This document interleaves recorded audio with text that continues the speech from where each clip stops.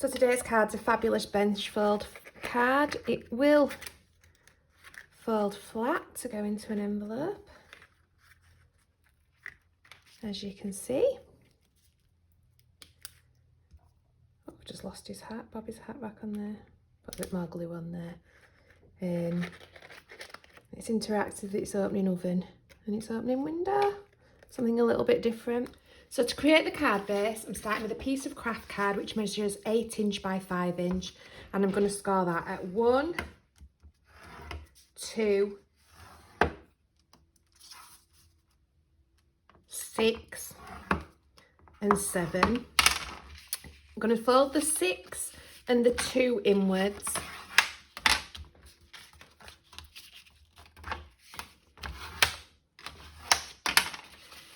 And the 1 and the 7 outwards.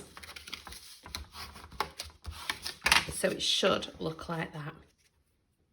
So to create the part that goes across the front, you want a piece which measures 6 inch by 3 inch. You're going to put it on its short edge and you're going to score it at 2.5 and at 1.5.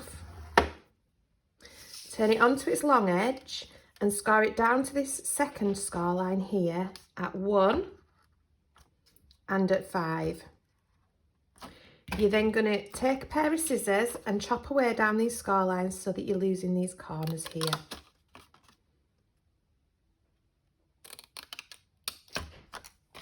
And the same here.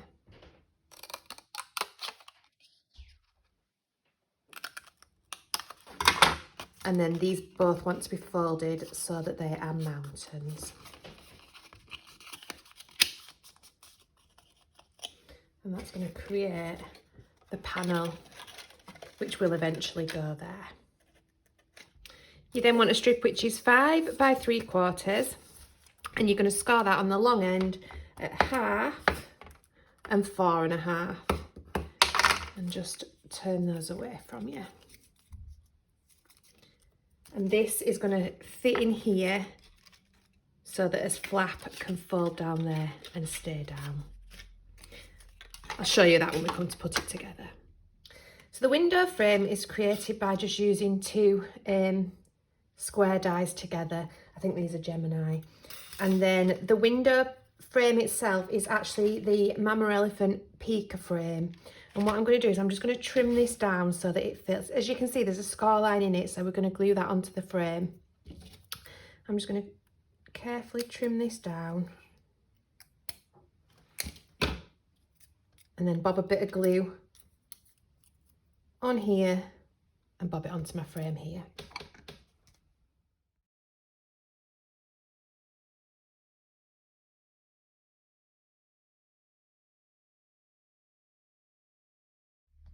I'm going to create the backdrop to the window by, I've cut out the square using the largest die that I used there, and I have got a Time for Tea Designs Scenic Stencil. I'm going to use some tumbled glass, and I'm just going to give myself a few clouds here.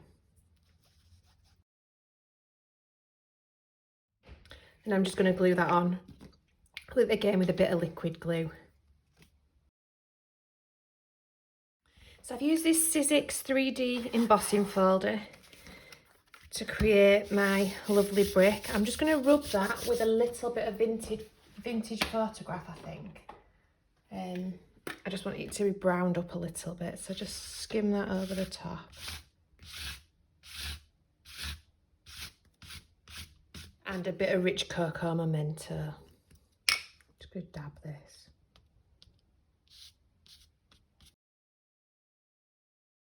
There we go. And then we're going to trim that so that it is 2 inch wide by 5 inch tall.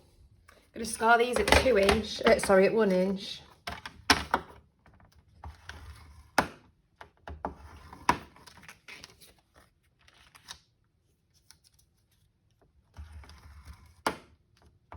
Turn it onto its side and score it at 3.5 inch up to that score line in the middle, and you're going to cut this piece away. And that will eventually go around that corner there. So then on this one, I want you to start at 1.5 and cut that bit away, otherwise you're going to end up with two that are facing the same way. Now the panel that we created before, I'm going to run through the die cutting machine with the Paper Discovery wood grain embossing folder. So put that in there and we'll run that through. Then again, I've got my Memento Rich Cocoa and I'm just gonna, which side's better? That side, I think. I'm just gonna slowly drag so it's just got some, pick it out a little bit better. And I've got a piece of card which measures 3.5 by 4 inch, and I'm going to use the Tiled It stencil, which is by Time for Tea Designs. I'm actually just going to tape that in place first, and I'm going to use pumice stone with that. I'm now going to run this through the die cutting machine with an embossing mat so that we emboss that tile effect on as well. So on here, I'm just going to put a tiny mark at 1.5 inch up, and that is where I want the top of this bit to sit. Tiny one there, and I'm going to do the same on these panels here. So 1.5 and 1.5.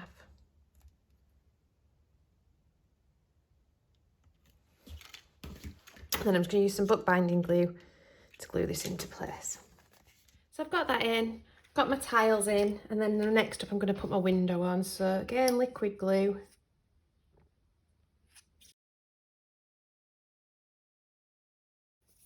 So next up I want to bob in my bench. I'm going to do that by putting glue on here, and it's going to rest on these. So just line it up at the bottom.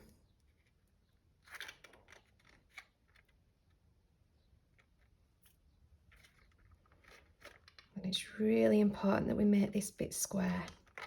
Next up, we're going to glue on the brick panels. Again, making special effort to line them up the edges.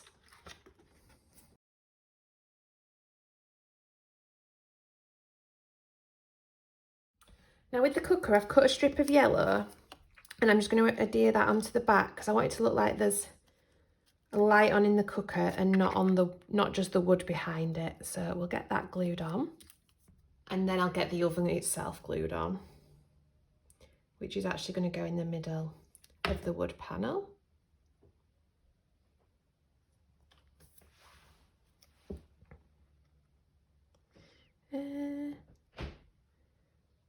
Might have it a little bit off centre, actually. I'll have it there.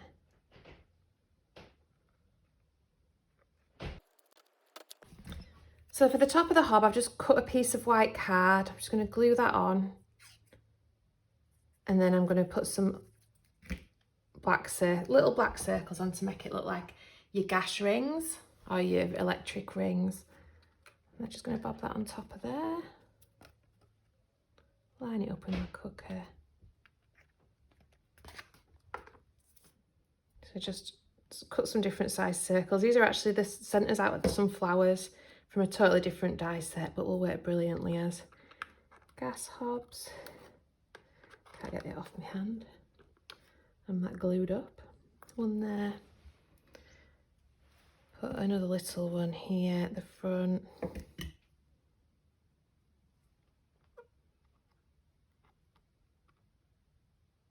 And then another little one at the back. And these are just out the hole punch.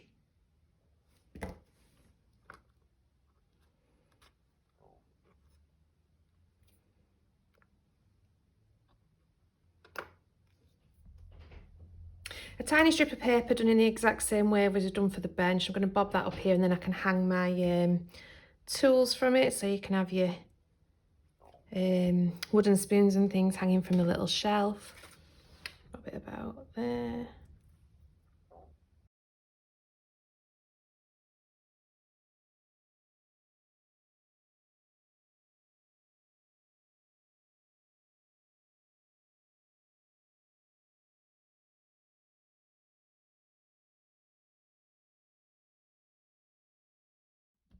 Thank you ever so much for watching. Please don't forget to hit that like button and subscribe.